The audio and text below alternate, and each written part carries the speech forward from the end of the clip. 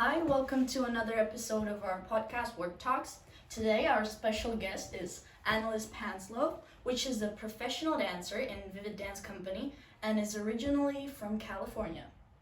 Yes. Hi, Thank you. Okay, so our first question for you would be how did you start dancing? So I started dancing when I was 12 years old, and kind of funny story is I went to a dance performance, but the only reason I went to that dance performance is at the time there was a really big fire here in my neighborhood, really close to my house. So my whole neighborhood was evacuated in that vicinity. And then I was young at the time, 12, and my mom called her friend and was like, can you just take my daughter and my son to this dance performance while we figure this out? And so I went to a dance performance, and my cousin and my friend were in it, so that's why we ended up going, and I watched it, and I thought this looks really cool. I liked how the dancers looked when they're dancing in sync, and then I thought, I think I want to take dance lessons. So I just I wasn't supposed to go to that performance, I happened to be there, and then that's what piqued my interest. Yeah, it's cool. Okay, that's cool. And was it difficult to combine school with dancing?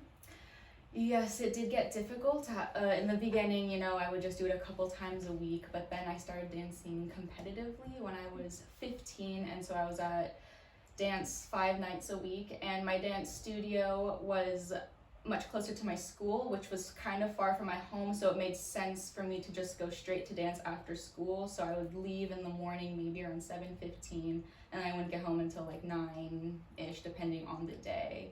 And then even later, I would start to have practices, even on the weekends, privates, duos, and then the competitions itself. So that definitely got tough with the classes and studying. So, was it hard? You're living in Czech Republic right now, yeah? Mm-hmm. So was it hard to accommodate here, or what's the difference between American and Czech dance industry? The biggest difference, I would say, is that here there aren't as many dance agencies or talent agencies. Back at home or in LA, there's MSA, there's Block Talent, Clear Talent, all these different agencies, and they have auditions a few times a year, and then they can sign you and then they get you jobs. It's a bit easier here. That's not so much the case, and it can be a bit more just connection, who maybe you happen to work with this company and they can provide work for you. So I would say the agencies lacking here is the biggest difference. And how did you get, and what's the story behind you getting into Czech Republic? So, this is also kind of just happened one moment, one conversation one day, is someone told me that my ex-boyfriend told me that his friend said that Prague was one of the most beautiful places that he had ever seen. And then when I was looking into where to study abroad, I happened to, Prague came on my radar, and just because of that conversation, otherwise if I hadn't heard that, then I wouldn't have even decided to come here. And he doesn't even remember telling me that, but that completely changed the course of my life. And then I studied abroad here, and after I graduated, I kind of was feeling a bit lost. I didn't know what to do right after college, and so I was I'm just gonna go back to Prague because I really loved it here and I just needed a minute. So yeah. And what did you study? Political science. Yeah. And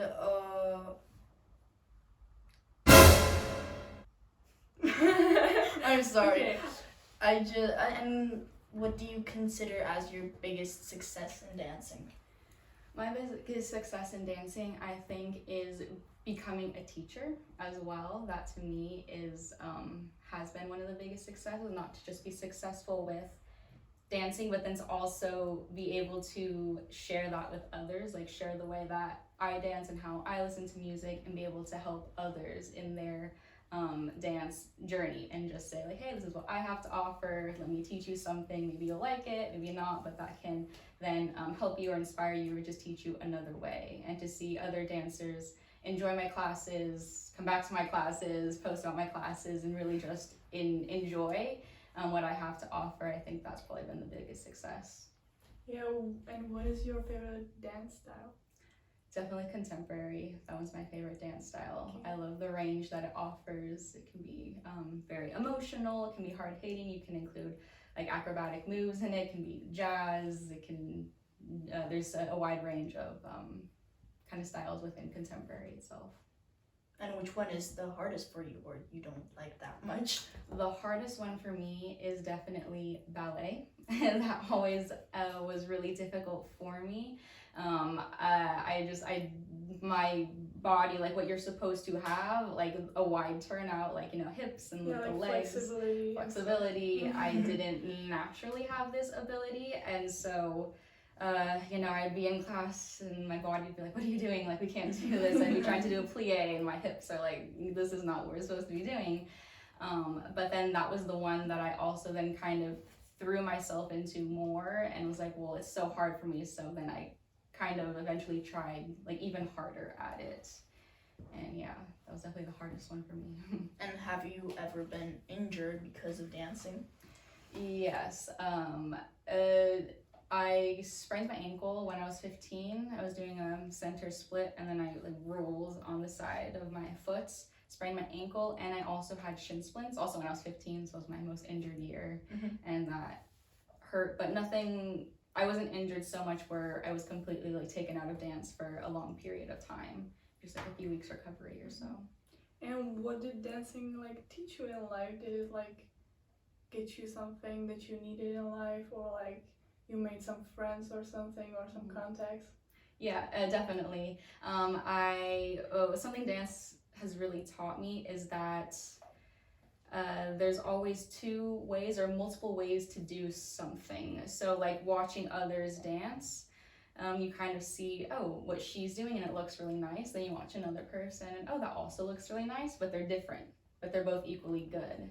And so this is kind of carried over into my life as well. Like there's not just one way to do things.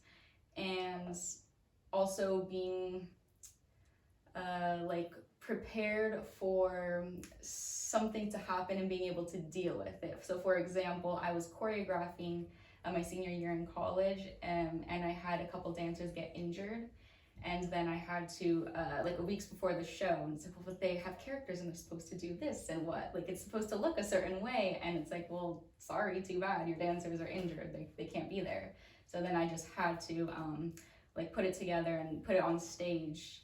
And it, you know, had to look seamless. Like no one should know that anyone was injured. And it's like, there's always another way to do it. So like it still worked.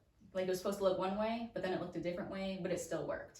So like this is also something that has then carried into my life. Like you can always make it work. So, and when you make choreographies, what is like your biggest inspiration? Does it happen when you listen to music, or do you like improvise in front of a mirror? How does it happen?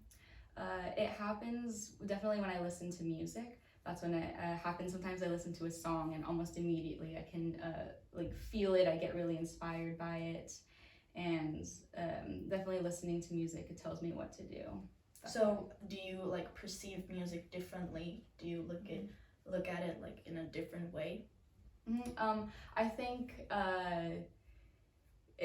yes, and I think that everyone perceives music differently. So the way I perceive music is different than the way you would perceive music and you would perceive music, and then that's a nice thing. Like there will be one song, and then how I'll listen to it and choreograph to it will be different than another person. So I think I have one way of hearing the music, and it's going to be different than someone else, but I think they're all equally just as valuable, and you can learn something from all of them. So now you dance, and what do you think you're gonna do after you like retire, or I don't know, you may have an injury or something? What are you gonna do? So what I really want to keep doing as long as I can is teaching. Because you can do this even if like say you're injured. Like you don't always have to do all of the movements. You can dictate the movements or get someone else to demonstrate them for you. So I'm going to teach as long as I can. But I was a political science major, as I was saying earlier, and so I would love to one day move to Washington D.C. and get involved in politics and really find ways to help the community. Education has always been really important to me. The world is kind of crazy in the U.S. if you haven't noticed, and so I think a way to really solve that is to fix the education system and like how we're raising our children in the schools. And so that's always been something important to me. So eventually maybe moving on to politics. And also, like, performance is a big part of your job. How do you, like,